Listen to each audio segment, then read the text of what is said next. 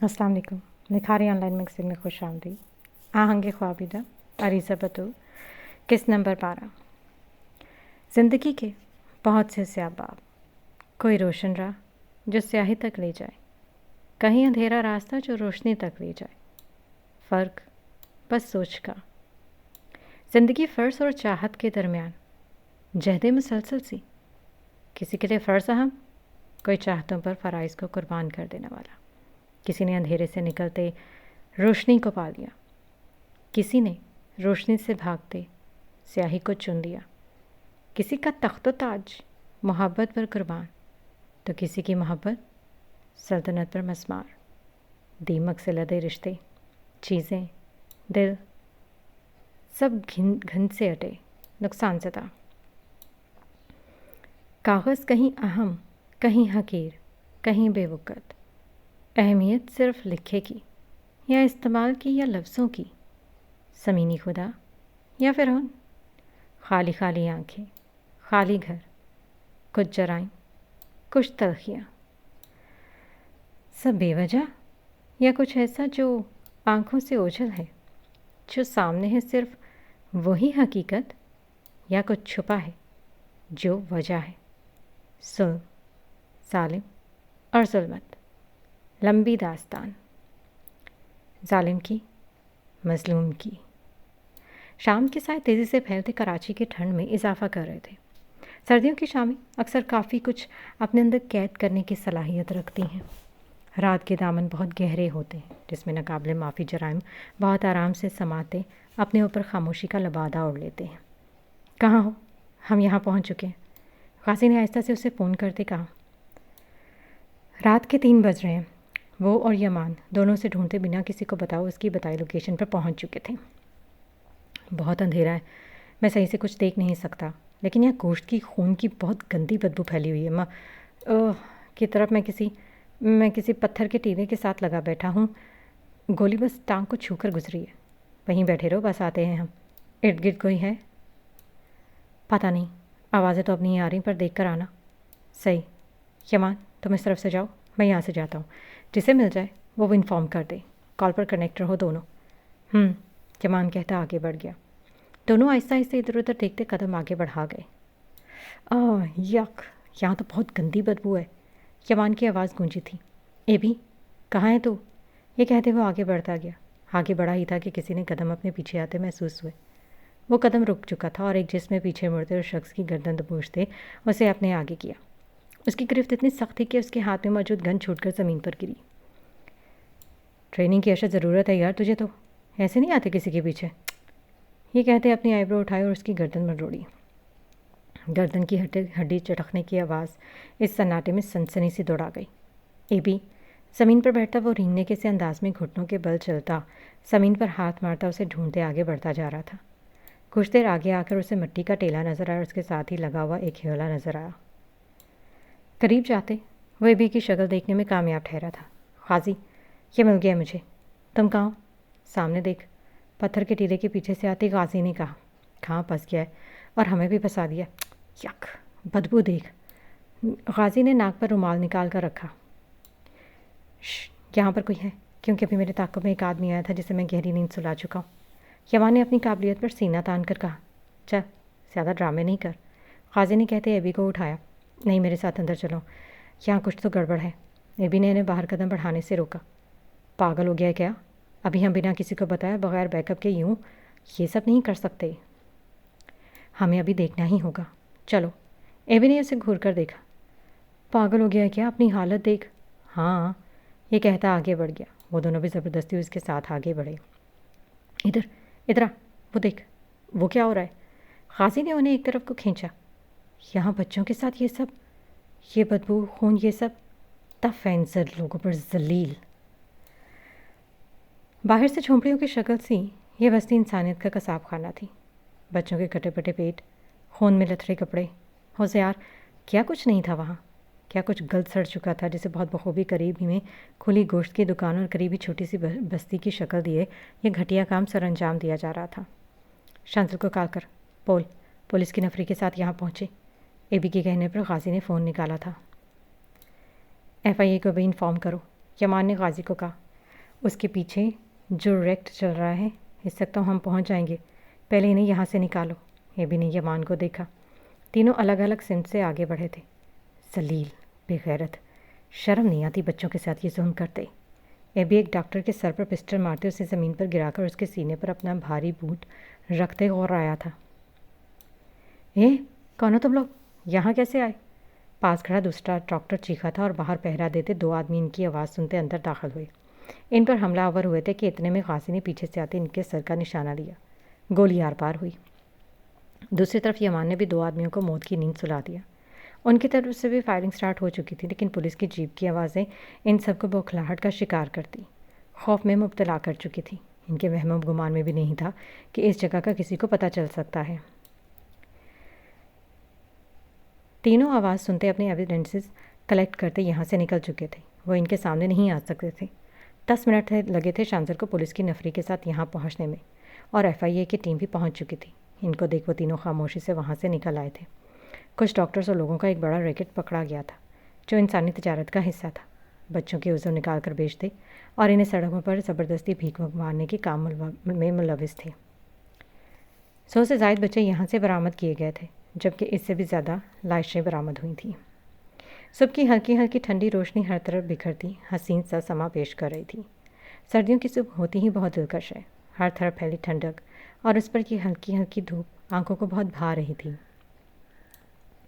وہ اس وقت گھر سے منسلک بنائے گئے اپنے جم میں ورزش کر رہا تھا جب اس نے شیشے کی دیوار سے عالیہ بیگم کو اپنے لیے جوس لاتے جم کی طرف آتے ہوئے دیکھا۔ انہیں دیکھتا وہ تیزی سے چلتی ٹریڈ مل سے بند کرتا اس پر سے اتر چکا تھا۔ تھینک یو ماں، ویسے آپ کی اولائی کسی سے بھجوا دیا ہوتا۔ اتنی ٹھنڈ میں بھی وہ پسینے سے شرابور ہو رہا تھا۔ اپنے پسینے سے تر ہوتا چہرہ اور گردن پونچھتے عالیہ بیگم کی طرف دیکھا۔ نہیں میری جان، مجھے تم سے بات کرنی تھی۔ عالیہ بیگم پیار سے اس کے گیلے بالوں کو ماتھے سے ہٹاتے ہوئے بولی۔ ادھر آؤ، بیٹھو ادھر۔ اسے بٹھاتی وہ خود بھی بیٹھی۔ خیریت؟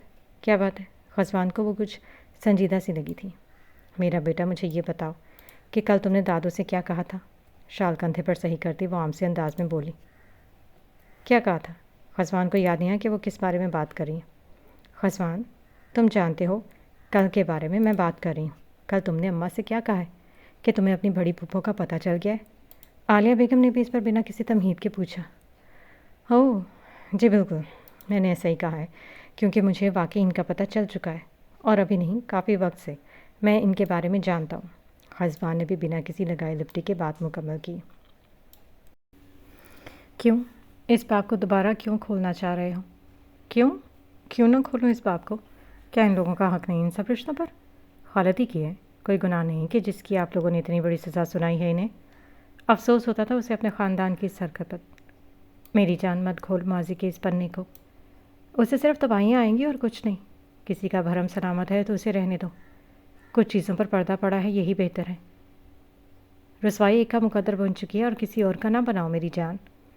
ان کی آنکھوں سے کچھ قطرے آنسو کے بہہ نکلے تھے۔ کیا مطلب؟ آپ کہنا کیا چاہتی؟ ماں، آپ اتنی دقیانوسی باتیں کر سکتی ہیں، مجھے یقین نہیں آ رہا۔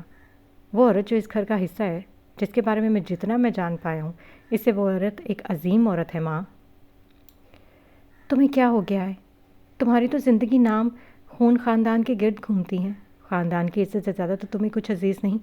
پھر آج کہاں گیا وہ سب؟ وہ بھی اس کی ماں تھی۔ گھر کی بیٹیوں کو رسوا کر کے، ان کو نہ سمجھنے میں، ان کے احساسات کو دفن کر دینے میں، انہیں گھر بدر کر دینے میں اگر خاندان کی عزت ہے تو لعنت بھیجتا ہوں ایسی عزت اور خون خاندان پر۔ میرے نزدیک یہ دوغلی اور کمزور عزت نہیں ہے خاندان کی۔ ان بیٹیوں کو مان دینا، ان کے سروں پر ہاتھ رکھنا، ان کے احساسات کو کانچ کی طرح سنبھال کر رکھنے میں، انہیں تحفظ دینے میں خاندان کی عزت ہوتی ہے، نہ کہ ان کے نازک سے کندھوں پر اپنے خاندان کی عزت کے پہاڑ کا بوجھ ڈال دینے میں۔ مجھے یہ باتیں نہیں کیجیے گا، ورنہ جو کچھ آپ لوگوں نے ان سے چھین چکے ہیں نا، دعا کریں کہ آپ کی آنے والی نسلوں تک وہ آہیں نہ پہنچے۔ کہنے پر آیا تھا تو کافی کچھ کہتا، وہ انہیں بہت کچھ باور کروا گیا تھا۔ اور خوش ہو جائیں کہ وہ عورت زندہ نہیں ہے جس کی وجہ سے آپ کو خاندان کی رسوائی کا ڈر لگا ہے۔ ماں کو تعصب سے دیکھتے وہ یہ دل خراش انکشاف کر بیٹھا تھا۔ نہیں، ایسا نہیں ہو سکتا۔ ایک لمحے میں ان کا ہاتھ سینے پر گیا تھا۔ اس حقیقت کے لیے تو وہ تیار نہیں تھی۔ انہوں نے تو کیا سوچا تھا اور کیا ہو رہا تھا؟ وہ جس حقیقت کے کھل جانے کے ڈر سے ان کی واپسی پر ڈر رہی تھی، وہ حقیقت تو شاید اب ان کے ساتھ ہی دفن ہو چکی تھی، پر انہوں نے یہ تو نہیں چاہا تھا، یہ تو بالکل نہیں چاہا تھا۔ اس نئے دن کے آغاز میں جہاں سب اپنے کام کاج میں مصروف ہو چکے تھے، وہیں کسی کی آنکھیں رات بھر کے جگہ کا پتہ دے رہی تھیں۔ آپ ہی میرا ناشتہ، بس 2 منٹ میری جان، میں لا رہی ہوں۔ توے پر پراٹھا پلٹتے ایک پرافسوس سانس لیتی ٹرے کی طرف جھکی۔ جلدی جلدی ٹرے میں پہلے سے تیار کیا آملیٹ اور اورنج جوس رکھتے، پراٹھا توے سے اتارتے اس کے ساتھ ہی رکھا۔ یہ لو میری جان، اب جلدی جلدی ناشتہ کرو، میں بھی بس جلدی سے ریڈی ہو کر آئی، جب تک یہ ناشتہ ختم ہونا چاہیے۔ اس کے آگے ٹرے رکھتی وہ خود جلدی سے اپنے کمرے کی سمت بڑھی۔ 15 منٹ میں وہ تیار، سر پر سلیقے سے دوپٹہ اوڑھے، بازوں پر کالی چادر ڈالے اس کے سامنے کھڑی تھی۔ ہو گیا ناشتہ؟ آپ ہی چلیں۔ تالیہ نے اپنا بیگ اٹھاتے ایک نظر لاؤنج میں رکھے شیشے پر ڈالتے اپنی پونی ٹیل ٹھیک کی اور اس کی طرف بڑھی۔ چلو، یہ کہتے دونوں باہر کی طرف بڑھ گئی۔ آپ ہی کیا سوچ رہی ہیں؟ کچھ نہیں میرا بچہ۔ اچھا یہ بتائیں، اکس آپ ہی کے ہاں جائیں گی نا؟ جاؤں گی، میں بھی چلوں گی، پلیز آپ ہی۔ ویسے بھی مجھے اور آئینہ کو گروپ اسٹڈی کرنی تھی، آپ کے فری ہونے کا ویٹ کر رہی تھی میں۔ موٹی موٹی آنکھیں گھماتے معصوم سی صورت بنائی۔ اوکے چندہ، چلنا۔ ایسا کرنا، میں تمہیں کالج سے چھٹی میں پک کر لوں گی، پھر وہیں سے سیدھے چلیں گے اکس کے ہاں، ورنہ لیٹ ہو جائے گا۔ وہ اب اور کوئی تماشا نہیں چاہتی تھی گھر میں، اسی لیے وقت کا خیال کیا۔ وہ ویسے بھی ہمیشہ اس بات کا خیال رکھتی تھی کہ کبھی وہ شام کے بعد گھر سے نہیں نکلے سوائے کسی اشد ضرورت کی، پر اب وہ ایک قدم پھونک کر رکھنا چاہتی تھی کہ اب اس کا اثر داریہ پر بہت برا پڑے گا۔ اس کا ڈرنا، سہمنا، رونا، وہ یہ سب قطعی نہیں ہونے دے سکتی تھی، جبکہ اسے اندازہ تھا کہ اس سب کی وجہ یہ نہیں ہے اور نہ ہی اس سے وہ لوگ رکیں گے، پر کوشش کرنے میں کیا قباحت تھی؟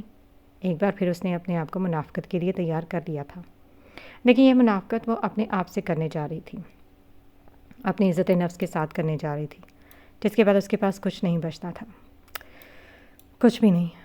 آپ ہی ایک بات پوچھوں؟ داریہ نے اسے سوچتے دیکھ پھر سے پوچھا۔ ہاں پوچھو۔ گاڑی چلاتے اس کی سوچوں کا رخ ایک مرتبہ پھر کسی اور سمت مڑ چکا تھا۔ سڑک پر نظریں رکھیں، بس اتنا ہی کہا۔ کیا ہم لوگ یہاں سے چلے جائیں گے؟ چاچو ہمیں نکال دیں گے؟ نہیں میرا بچہ، بالکل نہیں۔ ایسا کیوں سوچ رہی ہو؟ ایسا کس نے کہا؟ ہم یہی رہیں گے سب کے ساتھ، ماما پاپا کی دعاؤں کے حصار میں، اسی گھر میں۔ کوئی نہیں نکال رہا ہمیں، اور وہ بڑے ہیں، ہمارے غصہ کر دیا تو کیا ہوا؟ مجھے بھی تو خیال رکھنا چاہیے تھا نا۔ اس لڑکی کی ہمت پر قسمت بھی ستم شریفی سے مسکرائی تھی، اپنے کردار کی دھجیاں اڑانے پر۔ اس کا یہ صبر داریہ کو حیران کر گیا تھا۔ آپ ہی انہوں نے ڈانٹا نہیں تھا آپ کو؟ انہوں نے؟ داریہ سے چپ نہیں رہا گیا۔ لو آ گیا تمہارا کالج، چلو اترو، ہری اپ، لیٹ ہو جاؤ گی ورنہ۔ اس کے کالج کے آگے گاڑی روکتے بولتے اس کی توجہ مبذول کروائی۔ آپ کا کچھ نہیں ہو سکتا آپ ہی، اللہ حافظ، اینڈ آف یو۔ اس کے گال پر پیار کرتی کالج کا گیٹ پار کرتی اندر بھاگی۔ عالیہ بیگم سے بات کرنے کے بعد اس کا موڈ انتہائی حد تک خراب ہو چکا تھا۔ بنا ناشتہ کیے وہ سیدھا آفس آیا، ہاتھ پر بندھی گھڑی پر ایک نظر ڈالتے گاڑی سے اترتے چابی گارڈ کو دیتا لفٹ کی طرف بڑھا۔ جہاں پہلے سے کھڑا لفٹ آپریٹر اس کو آتے دیکھ لفٹ کھول چکا تھا۔ گڈ مارننگ سر، اس کو دیکھتے اپنی ٹوپی سیدھی کرتا فوراً کھڑا ہوا، سر کے اشارے سے اسے جواب دیتا وہ اندر کی طرف بڑھا۔ لفٹ سے آتے علی کے ڈیسک پر رکتے اسے کہتا، وہ رکا نہیں تھا، علی ان مائی آفس ناؤ، اور 30 سیکنڈ سے بھی کم وقت میں وہ بوتل کے جن کی طرح اس کے آفس میں حاضر تھا۔ علی، رحمان کنسٹرکشن سے جو میٹیریل آیا تھا اس کی فائل اب تک تیار کیوں نہیں ہوئی؟ سر وہ کچھ اکاؤنٹس کا مسئلہ آ رہا تھا، کچھ چیزوں کی پیمنٹ وغیرہ کا، بس ابھی 2 گھنٹے تک ریڈی ہو جائے گی۔ ٹھیک، جا سکتے ہو تم۔ یس سر، یہ کہتا وہ باہر نکلا۔ اس کے جاتے ہی وہ اپنے لیپ ٹاپ کی اسکرین کھولتا اس پر جھک گیا۔ کیا مسئلہ ہے بان، کام کرنے دو گے یا نہیں؟ آج آتے کب سے بجتے فون کو اٹھایا۔ بھائی آپ تائی اماں سے کیا کہہ کر گئے ہیں؟ کیوں کا بھائی؟ وہ کب سے روئے جا رہی ہیں اور مجھ سے پوچھ رہے ہیں کہ بڑی پھپھو کی بیٹیاں کہاں رہتی ہیں۔ تو آر یو سیریس بھائی؟ آپ مجھ سے پوچھ رہے ہیں تو پہلے تو ایک بات بتائیں کہ یہ سب آپ کو ایسا کیوں لگتا ہے کہ اگر آپ کو کچھ پتہ ہے تو مجھے بھی ضرور پتہ ہوگا؟ میرے پیچھے کیوں لگا گئے ہیں آپ سب کو؟ وہ صحیح معنوں میں عاجز آ چکا تھا، پاؤں میں الگ درد ہو رہا تھا اور اس پر سونے پر سہاگا صبح ہی صبح روتے ہوئے عالیہ بیگم نے اس کو اتنی بڑی طرح جھنجھوڑ کر اٹھایا تھا کہ خدا کی پناہ، اور وہ بیچارہ تو جانتا بھی نہیں تھا کہ کہنا کیا ہے۔ اس کا جواب تو یا وہی دے سکتے ہیں یا تم خود۔ میرے پاس فارغ وقت نہیں ہے، کوئی ضروری بات ہے تو بتاؤ، خزوان نے مصروف سے انداز میں کہا۔ ٹھیک، صحیح کہہ رہے ہیں، میں پھر لے جاتا ہوں انہیں ان کے گھر، اور پھر آخر جانا تو ہے ہی نہیں، ایک نہ ایک دن بھابھی کے گھر، تو ابھی کیوں نہیں؟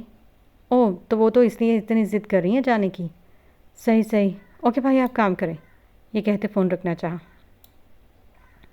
خبردار، جو میری پوری بات سنے بغیر فون رکھا، انہیں اس بارے میں کچھ بھی نہیں پتہ ہے، لے جاؤ انہیں اپنی پھپھوں کی بیٹیوں سے ملوانے، اس سے زیادہ کچھ نہیں جانتی وہ۔ یہ کہتے وہ باور کروانا چاہا کہ کس حد تک باتیں ان کے علم میں ہیں۔ ہاں تو یہ بتانا چاہیے تھا نا کہ کیا بتایا کیا نہیں، ابھی اگر آپ کو کال کرنے سے پہلے ہی میں سب ڈرانے کی ناکام کوشش کی۔ ابھی ٹانگ نہیں ٹوٹی ہے چھوٹے بھائی، کیا چاہتے ہو؟ خزوان نے تنبیہ کرتے کہا۔ یار بھائی میں نہیں لے کے جا رہا، وہ مجھے جان سے مار دیں گی، میں نہیں جاؤں گا اکیلے، آپ بھی ساتھ چلیں۔ پہلی بار سعیدہ بان عالم نے بھی کسی سے ڈر ظاہر کیا تھا۔ ارے سعیدہ بان عالم ایک لڑکی سے ڈر گیا؟ خزوان نے اسے جوش دلانے کی کوشش کی۔ جی بالکل، سعیدہ بان عالم اس لڑکی سے ڈر گیا جس سے اس کا بھائی صد خزوان عالم بھی ڈرتا ہے۔ یہ کہتے اس کے لہجے کی سرشاری اور لفظوں کی اطراحٹ قابل دید تھی۔ بہت فضول بولنے لگے ہو، ایسا صرف آپ کو لگتا ہے، اسے بھی یہی لگتا ہے ویسے۔ مسکراہٹ لبوں پر روکتے اس کی کئی باتیں یاد آئیں۔ ویسے ایک بات پوچھوں؟ منع کرنے پر کون سا نہیں پوچھو گے؟ وہ آپ کو بہت زیادہ پسند ہے نا؟ پسند ناپسند کا تو مجھے نہیں، بس اتنا جانتا ہوں کہ وہ میرا بلائنڈ اسپاٹ ہے جس کے آگے مجھے کچھ نہیں دکھتا، یہاں تک کہ میں خود بھی نہیں۔ بے خودی کے عالم میں وہ کہتا چلا گیا، یہ نہ جانے بنا کہ زبان کی وہ سچائی بیان کر رہی ہے جسے وہ خود سے بھی آج تک چھپاتا آیا۔ کاش پسند بدلا لیا ہوتا بھائی، کچھ تو آپ کے بچنے کے امکان ہوتے۔ بلائنڈ اسپاٹ انسان خود نہیں بناتا آبان۔ مقابل نے کچھ بولنا چاہا جب دروازے پر دستک ہوئی۔ یس، اچھا آبان بعد میں بات ہوتی ہے۔ علی کو اندر آنے کی اجازت دیتے آبان سے بات ختم کرتے فون رکھا۔ گڈ مارننگ میم، اس کی کلاس میں آتے سب اپنی اپنی جگہ سے کھڑے ہو گئے۔ عرشیہ ادھر آئیں، یہ ٹیسٹ پیپر سب میں ڈسٹریبیوٹ کریں۔ یس میم۔ عریشہ اپنی جگہ سے اٹھتی اس کے قریب ڈائس کے پاس آئی، سب کو پیپرز دیتی۔ جب وہ پیچھے والی رو میں آئی تو اس کے قدم ڈگمگائے۔ پیچھے شہری اور اس کے دوستوں کو دیکھ وہ قدم آگے لے جانے کی بجائے پیچھے لے گئی۔ وہ اس کے سینئرز تھے، پر اس سبجیکٹ میں فیل ہونے کی وجہ سے وہ یہاں پر بیٹھے تھے۔ شہری نے اسے رکتے دیکھ لیا تھا۔ اناب جو بظاہر اپنے پلینرز پر جھکی ہوئی تھی، اس کی ساری توجہ اسی جانب تھی۔ عرشہ جلدی سے سب کو پیپرز دے کر آئیں، ہری اپ، پلینرز پر جھکے جھکے بولی۔ عرشیہ کے پیچھے ہوتے قدم رکے، لیکن وہ آگے نہیں بڑھی تھی۔ پیپرز پر اس کی گرفت سخت ہوئی۔ عرشیہ کے چہرے پر گھبراہٹ دیکھ شہری اپنی جگہ شرمندہ ہو کر رہ گیا۔ ایک مرتبہ عرشیہ کو دیکھ کر اس نے اپنے آگے بیٹھے لڑکے کو اس کے پیپرز نکالنے کا اشارہ کیا۔ مجھے دے دو۔ اس لڑکے نے اس سے 4 پیپرز لیتے پیچھے بیٹھے شہری اور اس کے دوستوں کے پاس کیے۔ عرشیہ نے سکون کا سانس بھرا۔ ٹیسٹ ختم ہو چکا تھا۔ اناب نے سب سے پیپرز لیتے اپنے فولڈر میں رکھتے ہاتھ میں بندی گھڑی پر وقت دیکھا۔ یہ کلاس ختم ہونے میں ابھی 5 منٹ باقی تھے جب اس نے اپنے قریب شہری کو آتے دیکھا۔ شہری اسے دیکھ کر ڈائس پر جا کر کھڑا ہوا اور مائک پر کہنا شروع کیا۔ I am sorry miss Arshiya, I am extremely sorry. میں اپنی اس دن کی حرکت پر بہت زیادہ شرمندہ ہوں، بلکہ آپ سب سے بھی جن کے ساتھ میں نے آج تک کوئی بدتمیزی کی ہو۔ پلیز اپنا بھائی سمجھ کر معاف کر دیجیے گا، آئندہ ایسا نہیں ہوگا۔ جھکی نظروں سے کہتے وہ اناب کو حقیقتاً شرمندہ لگا تھا۔ ان سب سے کہتے وہ اب اناب کی جانب بڑھا۔ آپ سے تو میں نظریں ملانے کے بھی قابل نہیں رہا ہوں، کچھ آ کے کچھ کہنا، لیکن پھر بھی پلیز مجھے معاف کر دیں۔ میں جانتا ہوں جس طرح کی میں بدتمیزی کر چکا ہوں وہ معافی کے بالکل بھی قابل نہیں، بلکہ آپ پلیز مجھے اتنا ماریں، ذلیل کریں پلیز۔ رہ کے اسے اس لڑکی کا دوپٹہ کھینچنا یاد آ رہا تھا۔ بار بار وہ منظر اس کی آنکھوں کے سامنے آ رہا تھا جسے وہ چاہ کر بھی اپنے ذہن کے پردے سے جھٹک نہیں پا رہا تھا، اور اس پر اس لڑکی کا اتنی آسانی سے اسے بخش دینا اسے پاگل کر گیا تھا۔ یہ پہلی بار ہوا تھا کہ زندگی میں کسی نے اس طرح سمجھایا تھا۔ اسے آج بھی اس کے الفاظ نہیں بھولے تھے۔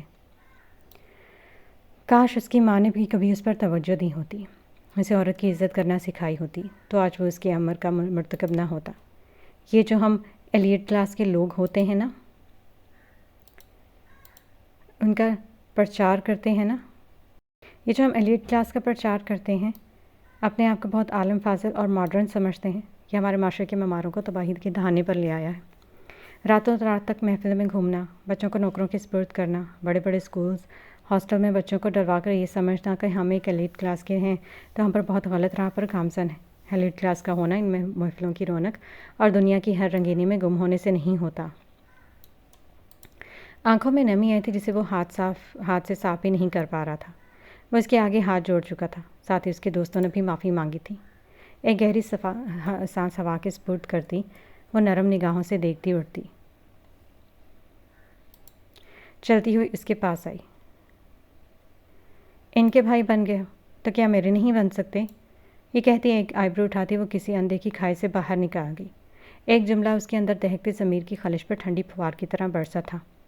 لیکن چھوٹے بھائی، اور سوچ لو، ٹیچر والا روب تو پہلے ہی بہت ہے میرا، بڑی بہن والا جتایا نا تو مشکل نہ ہو جائے۔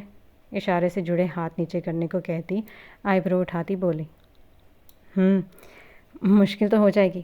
اب جب بہن کی عزت ساتھ جڑے گی تو ایک بے غیرت شخص کو بھی غیرت کا خوف لے ڈوبے گا۔ آنکھوں سے متواتر آنسو بہہ رہے تھے۔ تلخ سا اپنے کردار کو ہی کیچڑ کیچڑ کر گیا تھا۔ پوری کلاس نے حیرت سے اس لڑکی کو دیکھا جس سے سبھی پناہ مانگتے تھے۔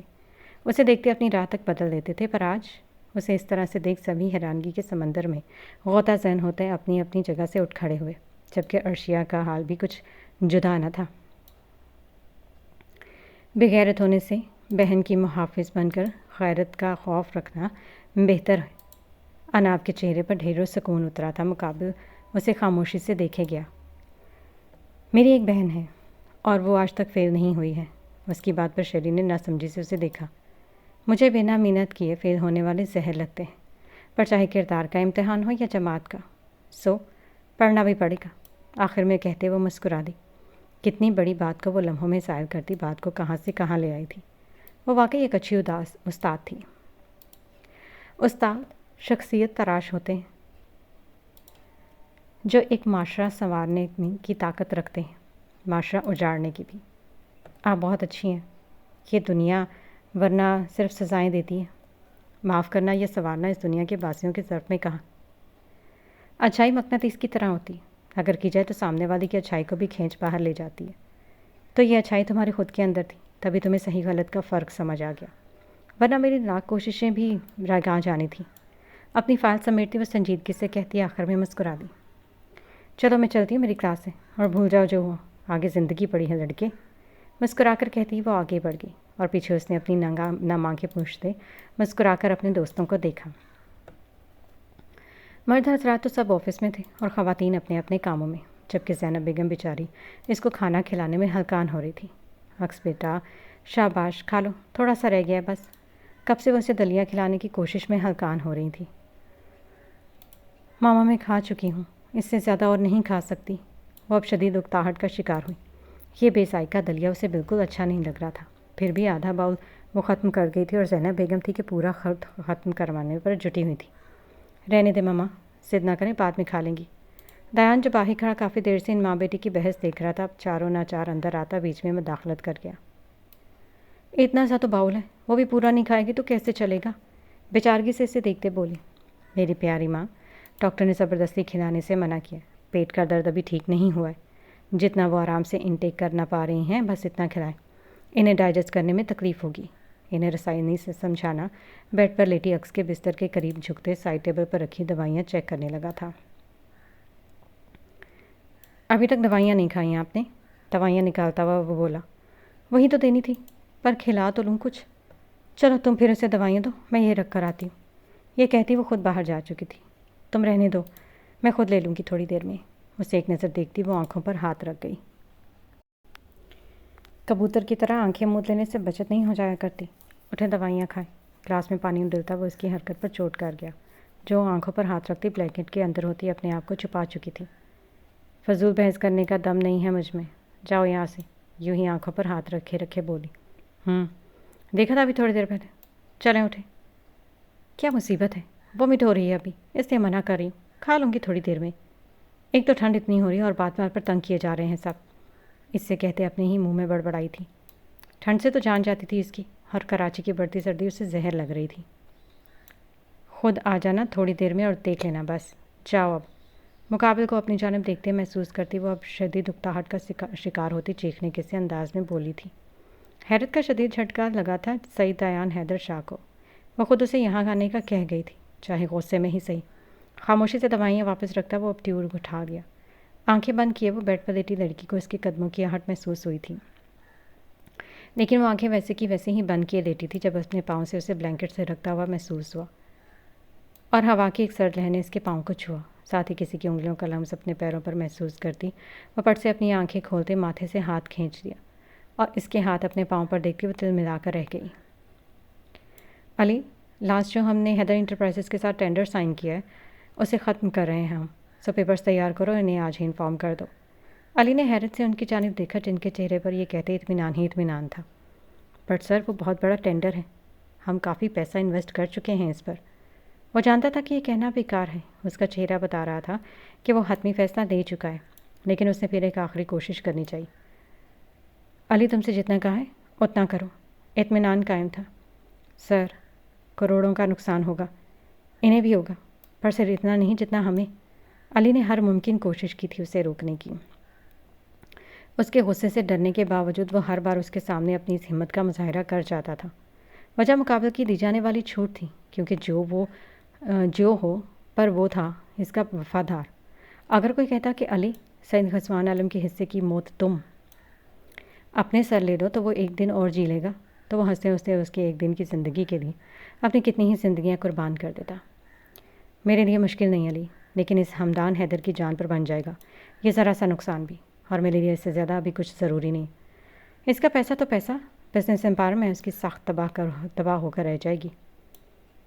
اور ہاں، ٹینڈر کینسل کی وجہ یہ لکھنا کہ ہمیں ان کے دستاویز پر شک ہے، نقشہ بھی پاس نہیں کروایا گیا ہے، اور نہ ہی ریگولیٹری اتھارٹی سے لائسنس لیا گیا ہے۔ یہ پروجیکٹ تمام پالیسی کے خلاف ہے، لہٰذا ہم اس پر آگے کام جاری نہیں کر سکتے۔ یہ کہتے ہوئے اس کی آنکھیں ہمدان حیدر کی بربادی پر چمکی تھی۔ اوکے سر، اس کا لہجہ دیکھتے وہ اپنی ہر کوشش چھوڑ چکا تھا۔ اس کا مضبوط لہجہ بتا رہا تھا کہ وہ صرف سامنے والے کی بربادی چاہتا ہے۔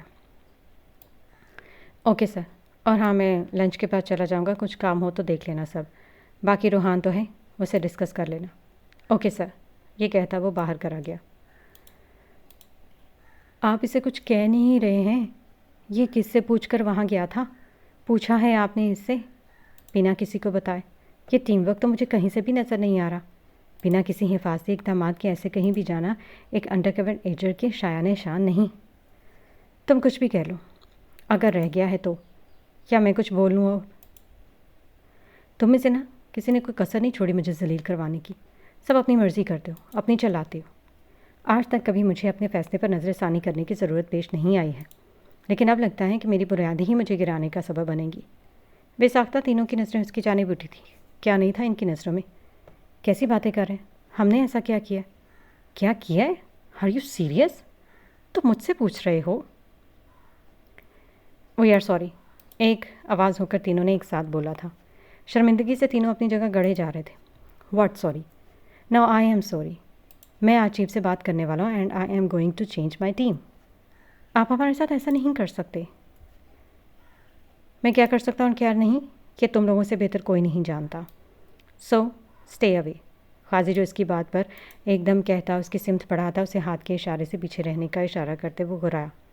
مقابل کے آنکھوں کی سختی قاضی کو قدم پیچھے لے جانے پر مجبور کر گئی تھی۔ وی آر ریئلی سوری، اس بار یمان نے سب کی طرف سے کہا۔ آؤٹ۔ سنائی نہیں دے رہا میں نے کیا کہا؟ آپ تینوں یہاں سے جا سکتے ہیں آفیسرز۔ اپنے غصے پر قابو پاتے وہ دبے دبے لہجے میں کہتا وہ اب کرسی پر بیٹھتا ان سے رخ پھیر گیا۔ اسے بھی لیتے جاؤ۔ یہ بھی جو اپنی جگہ سے ٹچ سے مس نہیں ہوا تھا، اس پر ایک نظر ڈالتے ان دونوں کو اسے لے جانے کا اشارہ کیا۔ نہیں جاؤں گا میں، اس ہٹ دھرمی میں اس کا کوئی ثانی نہیں تھا۔ پلک جھپکنے کا سا کام ہے میرے لیے تمہارا ٹرانسفر لیٹر تیار کروانا۔ اکثر نے بھی اس کی ہٹ دھرمی پر اسے انجام سے آگاہ کرنا ضروری سمجھا۔ آپ لوگوں کو بتانے کا وقت نہیں تھا، مجھے اینڈ مومنٹ پر پتہ چلا تھا۔ بے شک یہ طریقہ صحیح نہیں تھا پر ضروری تھا۔ آئندہ ایسا نہیں ہوگا، ایبی نے 2 قدم اس کی جانب بڑھاتے کہا۔ اس کی ٹانگ سے گولی چھو کر گزری تھی جہاں سے خون بھی بہہ رہا تھا اور اس سے کھڑا رہنا محال ہو رہا تھا، پر وہ ابھی تک اس کے سامنے یوں ہی ڈھیٹوں کی طرح کھڑا رہا۔ اکثر نے کنکھیوں سے اس کے زخم کو دیکھا۔ ہو گیا وہ رہا راستہ، تینوں باہر نکلو، لے کر جاؤ اسے ورنہ چلنے سے بھی رہ جائے گا۔ جانے دیں، آپ کو کیا فرق پڑتا ہے؟ دا روڈسٹ ISI آفیسر مسٹر اقسم میر۔ اس پر قاضی نے بھی ناراضی سے انداز میں اس کا پورا نام دیا تھا۔ اقسم کے ساتھ ساتھ ان دونوں نے بھی اس کو دیکھا۔ بالکل، پر آپ کو تو فرق پڑنا چاہیے۔ دا کیئرلیس ISI آفیسر قاضی میر اس کے انداز کے اثر کو پل میں ظاہر کرتا ایک آئی برو اٹھاتے اسی کے انداز میں بولا۔ آپ؟ قاضی نے پھر کچھ کہنا چاہا۔ Shut up! اور تم جاؤ گے تو نہیں؟ تو بیٹھ ہی جاؤ ادھر۔ سامنے بڑے صوفے پر ایبی کو ترس کھانے والے انداز میں بیٹھنے کے لیے کہا۔ آپ میری شکل کیا دیکھ رہے ہیں آفیسر؟ ڈریسنگ کرو اس کی۔ پاس کھڑے یمان کو بھی آڑے ہاتھوں لیا۔ جی، یہ کہتا فرسٹ ایڈ باکس اٹھایا۔ ہاں تو کچھ کہہ رہے تھے آپ؟ نہیں سر پر زور دیتے جتاتے ہوئے انداز میں بولا۔ بہت جلدی یاد آ گیا اپنا اور میرا عہدہ نہیں؟ اقسم ان کے ہاتھوں میں پلا آج اس کے مقابلے پر آنے کے پر تول رہا تھا۔ قاضی نے بھی بے شرمی میں PhD کر رکھی تھی۔ ذرا جو احساس شرمندگی سے نظریں جھکی ہوں یا گردن کی ہڈی میں خم بھی آیا ہو۔ اقسم ایک تلخ نگاہ ان تینوں پر ڈالتے اپنی سیٹ سے اڑتا لمبے لمبے ڈگ بھرتا دروازے سے باہر نکل گیا تھا، جبکہ وہ تینوں پیچھے ایک بار پھر اس کو یوں باہر جاتے دیکھ اپنا سانس روک گئے تھے۔ کیا مصیبت ہے یار، سب تیری وجہ سے ہوا ہے۔ قاضی نے ایبی کو گھورا۔ اگر تم ایک کی دو کر کے نہ لگاتے تو ایسا نہیں ہوتا۔ ایبی نے بھی اسے گھور کر دیکھا۔ تو اپنی حرکتیں دیکھی ہیں؟ تم دونوں چپ ہو جاؤ ورنہ بخدا دونوں کو ٹرانسفر کے قابل بھی نہیں چھوڑوں گا۔ یمان نے اب دونوں کو کاٹ کھانے والی نظروں سے دیکھا۔ تینوں نے ایک دوسرے کو دیکھتے نظریں جھکا لی۔ تینوں نے تصور میں اپنے اپنے ٹرانسفر لیٹرز کا سوچتے جھرجھری سی محسوس کی تھی۔ کیا کر رہے ہو؟ پیچھے ہٹو۔ زمین پر بچھے دبیز قالین پر گھٹنوں کے بل بیٹھا شاولہ کا یہ خوبرو سعید زادہ اس کے پاؤں پر مرہم لگا رہا تھا۔ عکس کی آنکھیں حیرت سے پھٹتی چلی جا رہی تھی۔ ہل کر پانی نہ پینے والا شاولہ کا پہلا اور لاڈلا سپوت شاولہ کا وجی سعید زادہ اس لڑکی کے پیر میں بیٹھا تھا جس کو ایک دنیا نے منحوس ہونے کا تمغہ پہنایا تھا، جس کی حیثیت اس لڑکی کی اپنی ماں کے آگے کسی راہ میں پڑے کچرے کے ڈھیر سے بھی بدتر تھی، جس پر دیکھنا بھی اس کی ماں نے حرام خیال کر لیا تھا، جس کی بہن اسے اپنے ہی باپ کا قاتل کہتی تھی، جس کی پھپھو اسے خوشیوں کو نگل جانے والی ناگن کہا کرتی تھی۔ اس لڑکی کے پیروں میں بیٹھا وہ سعیدوں کا شہزادہ سعیدوں کی شہزادی کو انگاروں پر لوٹا گیا تھا۔ وہ بس اتنا ہی کہہ کر پھر سے اس کے پاؤں پر جھک گیا۔ اس کی ہر دھرمی پر وہ سرد سے اپنے پاؤں کھینچے، جس کی وجہ سے پھٹے ہوئے پاؤں بیڈ سے رگڑتے اسے درد سے کراہنے پر مجبور کر گئے، اور اس کے اس عمر پر کب سے پرسکون دیان کے ماتھے پر بل نمودار ہوئے۔ اس نے پھر سے اس کا وہی پاؤں پکڑنے کے لیے ہاتھ بڑھایا۔ ہاتھ مت لگانا دیان، ورنہ میں بڑے پاپا کو بلا لوں گی۔ پہلی بار مقابل کی آنکھوں میں سختی اور لہجے کی پختگی اسے احتشام صاحب کی دھمکی دینے پر مجبور کر گئی تھی۔ بہت ڈرتا ہوں نا میں؟ لائیں پاؤں ادھر دے۔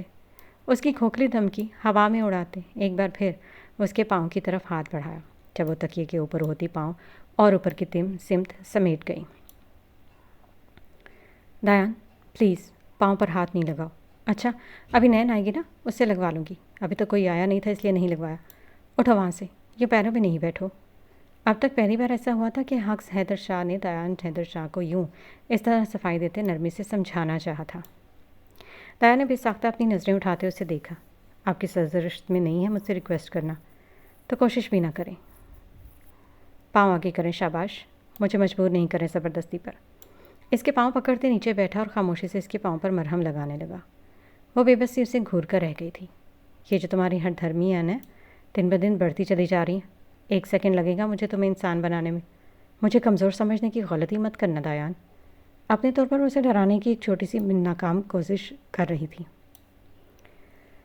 آپ کے قدموں میں بیٹھا ہوں، ابھی بھی شک ہے آپ کو کہ میں آپ سے زیادہ طاقتور ہوں؟ اس کے کہے جملے پر وہ ایک پل کے لیے ساکت ہوتی اسے دیکھے گی۔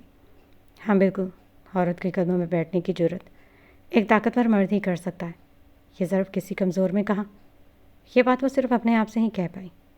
نہیں اب دوائیاں کھائیں، اب تو کافی دیر ہو گئی ہے۔ واش روم سے ہاتھ دھو کر آتے وہ ٹیبل سے دوائیاں اٹھاتے اس کی طرف بڑھا تھا۔ وہ بھی خاموشی سے اپنی ہتھیلی اس کے آگے کھول گئی۔ اب دفع ہو جاؤ یہاں سے، اور اب میرے یا میرے کمرے کے قریب نظر نہیں آنا مجھے، ورنہ تم بھی مجھے بہت اچھے سے جانتے ہو۔ پانی پی کر غصے سے گلاس سائڈ ٹیبل پر پٹخا تھا۔ آپ کچھ بھول رہی ہیں، یہاں آنے سے پہلے میں نے آپ سے کچھ کہا تھا۔ چلیں آپ کے لیے پھر دوہرا دیتا ہوں۔ وہ آخری فیصلہ تھا جو آپ کا میں نے مانا، اب سے وہی ہوگا جو میں چاہوں گا۔ مسکرا کر کہتا وہ اسے زہر لگا تھا۔ میں تمہارے اس احسان کے آگے دبنے والی نہیں ہوں۔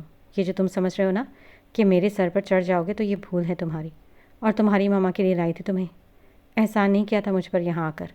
غصے میں کہتی وہ حد درجہ تلخ ہوئی۔ 7 سال دور بھی آپ ہی کی وجہ سے تھا میں اپنی ماں سے۔ وہ بھی دو بدو بولا۔ خیر ابھی آرام کریں۔ اس کی طبیعت کے پیش نظر وہ بات ختم کر گیا۔ کیوں عذاب کرنے پر تلے ہو میری زندگی؟ کیا بگاڑا ہے میں نے تمہارا؟ آپ کے لیے کیوں کوئی اور عذاب نہیں ہے سوائے میرے؟ مقابل کی آنکھوں میں بے بسی ہی بے بسی تھی۔ کیونکہ میرے لیے اذیت بنتے جا رہے ہو تم۔ اس کی برداشت اب جواب دے چکی تھی۔ آج پہلی بار وہ اپنا آپ کھوتی چیخی تھی۔ مقابل تو بس اسے دیکھ کر رہ گیا۔ اس قدر نفرت تھی اس لڑکی کو اس سے۔ وہ بہت غلط جگہ پہنچ چکا تھا۔ بڑی بری طرح آزمائے جانے والا تھا وہ۔ دعا کریں کہ اب اگلی گولی اس سینے کے آر پار ہو جائے۔ اسی طرح اس اذیت سے چھٹکارا مل سکتا ہے آپ کو۔ اپنے سینے پر دل کے مقام پر اپنی شہادت کی انگلی رکھ کر کہتا۔ وہ رکا نہیں تھا۔ ہر بار اس کی آزمائش اس لڑکی سے ہی کیوں لکھی گئی تھی؟ آنکھوں میں جلتے انگارے اس کا آپ جلا کر راکھ کر رہے تھے۔